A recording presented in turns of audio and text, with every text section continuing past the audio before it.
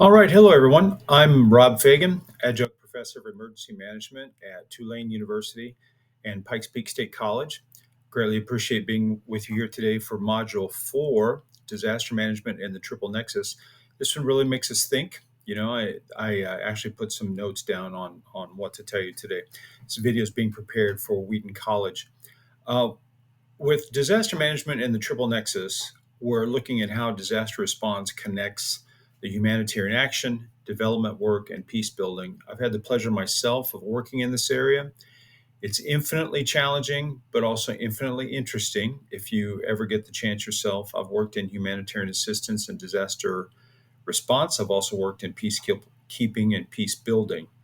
So today we're going to talk not just in terms of when things happen, which is a very common model, like before, during, or after disaster, or what kind of disaster it is, because we already previously talked about categorization of things like that, like a flood or a conflict. But today we're going to discuss in terms of how these different areas overlap and intersect at the same time with different goals, different purposes, but all working together.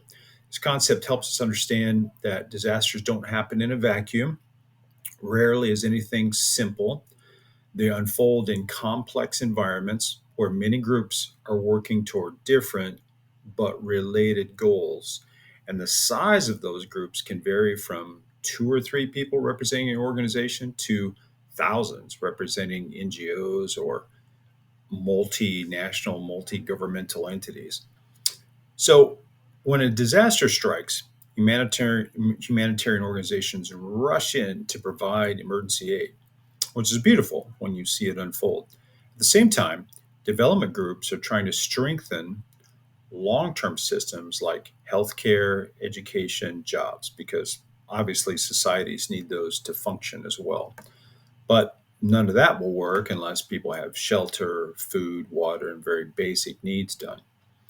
So, while all that's taking place, if there's a conflict, peace builders and peacekeepers may be trying to stop violence or build trust in divided communities.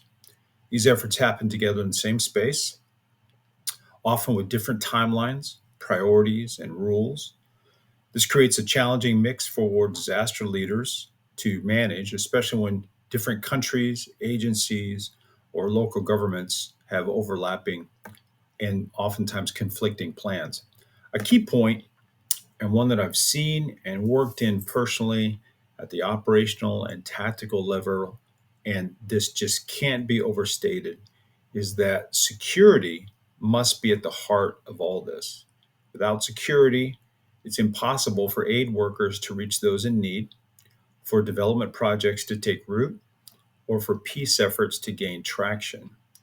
Both donors, those who provide funding, and recipients who rely on the help need to know that people and supplies can move safely. Without a focus on security, the entire humanitarian system, no matter how well planned, falls apart. And you can just look recently at the United States' failed attempts in Gaza to use the military to build docking and logistics um, efforts. It didn't work because the security environment was, while I'm sure planned for, it was not adequately addressed, and the entire effort fell apart. Um, as we look at these things, there's a couple of terms and a couple of concepts I'd like you to take away as well. One is the Kyoto Protocols. Kyoto Protocols is an international agreement where many countries promise to reduce the pollution, especially greenhouse gases that cause climate change. This is important in disaster management because climate change makes disasters like floods, storms, and droughts worse. The idea is if we reduce pollution, we can prevent some disasters or at least make them less severe. Um, as an emergency manager, I have the luxury of not having to delve so deeply into the why, so I can get rid of the political baggage that comes with this. But we can look at all kinds of data that tell us that storms and floods and many other natural phenomena are increasing over time in frequency, size, and severity. So we don't have to worry about the politics. We actually have to worry about what's happening, and these things are increasing. So beyond Kyoto protocols, I'd like you to understand the sphere system.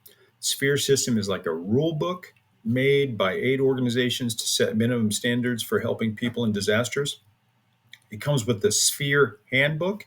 You can just look it up and take a scan of it. It's well worth having and taking a look at so you understand how international systems work.